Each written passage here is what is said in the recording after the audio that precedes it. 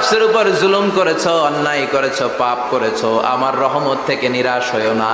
ক্ষমার মতো ক্ষমা চাইলে আমি তোমার জিন্দগির সব গুনাহ ক্ষমা করে দিতে পারি। চিল্লায় বলেন ঠিক কিনা? এজন্য মুমিন কখনো নিরাশ হয় না।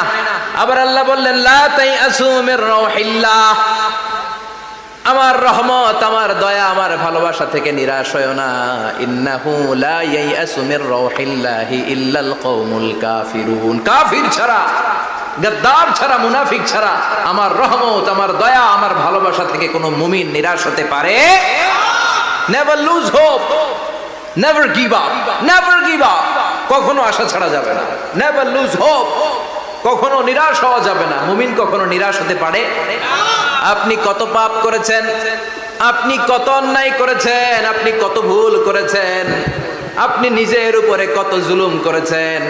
আপনার পাপ, অন্যায় আর গুনাহগুলো যদি হয় খালের পানির